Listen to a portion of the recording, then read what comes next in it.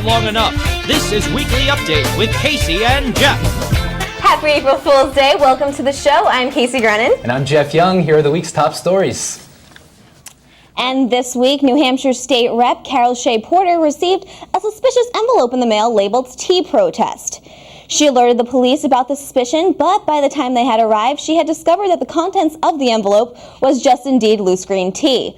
At the time, she proceeded to invite the officers for tea and crumpets.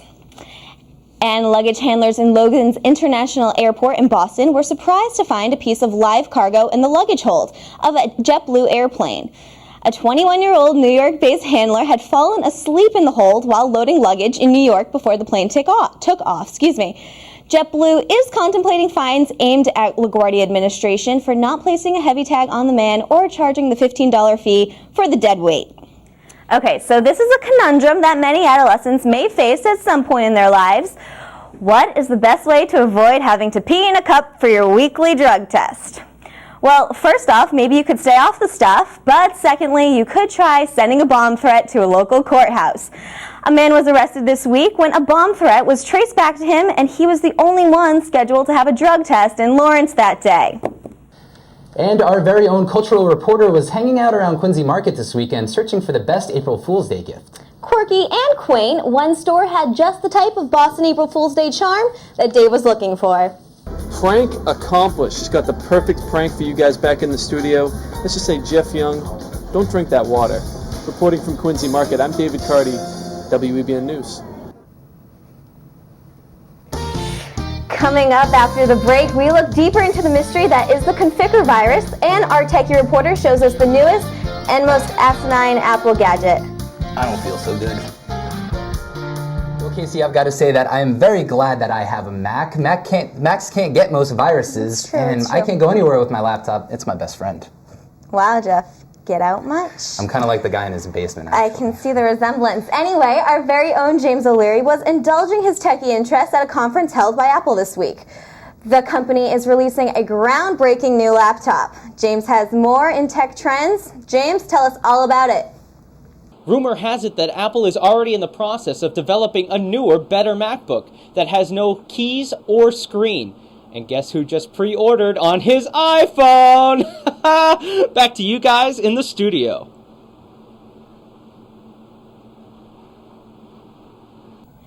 Thank you, James. I love the excitement. Well, today the April Fooling was present down under when 28 Aussies had their cars wrapped up like leftovers. Car owners in Melbourne, Australia woke up to find their vehicles tightly wrapped in plastic wrap. The pranksters left a note wishing the drivers a happy April Fool's Day, and I'm sure that they were glad to have it removed. Get it? Glad? Like the wrap? Glad? That's terrible. No? That is awful. Oh, well, speaking of things wrapped too tightly, Alaskan State Senator Lisa Murkowski is afraid that her state's Mount Redoubt may be ashing a little too much and a bit too frequently. Murkowski wants a $140 million national volcano monitoring system to be instated. She claims that the volcano has caused many problems at Anchorage's International Airport recently. Who even flies to that airport anyway? Maybe Sarah Palin. I guess it's important. Well, coming up on your weekly update, I'm going to learn how to dance like James O'Leary, and it's time for my favorite segment, Kasey and I ponder life in Really?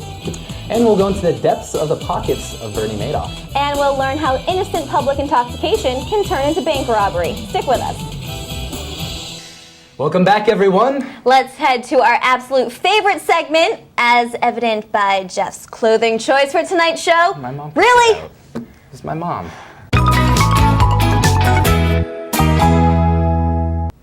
Well, the city-slicking swindler, Bernie Madoff, may be facing up to 150 years in the Crossbar Hotel.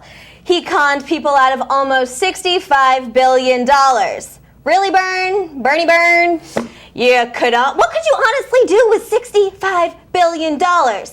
Actually, I've seen your wife. But, well, I digress.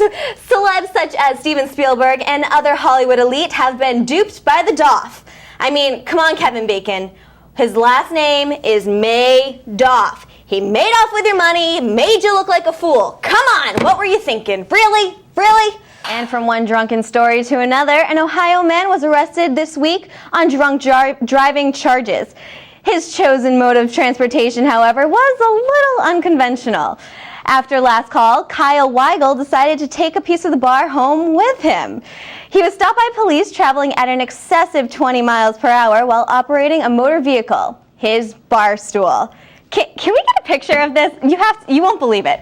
Okay, please. That is awesome. This is hilarious. You have to see the can holder below the seat for your beverage. Wow. Well, Weigel blames the incident on always being told to fly by the seat of his pants. And a Nigerian man was caught with 6.5 tons of marijuana this week. When questioned by authorities, he told them he had received the 254 sacks in 1895 when he was a young boy. This would make him 114 years old. He said that he was under the impression that the sacks contained rice and was shocked to find out that they actually contained weed. Disappointed, I'm sure. That's a lot of weed, man.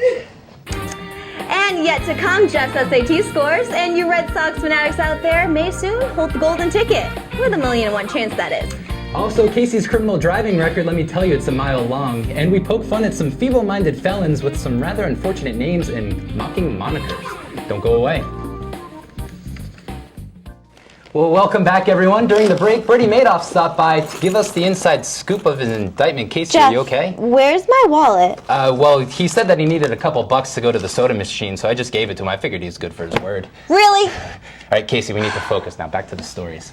Animals have been in the news quite a bit recently, and not for being cute or cuddly. And we're adding a new animal to our high alert list. The seemingly friendly polar bear is now on the top. Travel correspondent Maria Brophy has the story. Well, thanks, Maria. A lighthearted story now regarding the creator of our friend, good old Fat Albert. Hey, hey, hey! Our favorite Cosby will receive the 12th annual Mark Twain Prize for American Humor in October. My wife and I have 5 children, and the reason why we have 5 children is because we do not want 6. And those we have, we want to get out of the house before we die. Bill Cosby spoke of enjoying Twain's books as a child, but graciously apologized by saying, quote, "I would like to apologize to Mr. Twain for falling asleep hundreds of times, but he should understand that I was only 4 years old." You see, the Jello pudding pops, you see. All right, and we have one last minute for one of our most popular segments. It's time for Mocking Monikers. Jeff, you get a little too excited when you say I that. thought it was funny. Get a hobby or something. Anyway, each week this is when we tickle your funny bone with real-life names that have popped into the news lately. And let's just say they're quite unfortunate. Let's get it started. A woman in Albuquerque, New Mexico was charged recently with giving her daughter marijuana. The police report listed her name as Miss Jody Weed.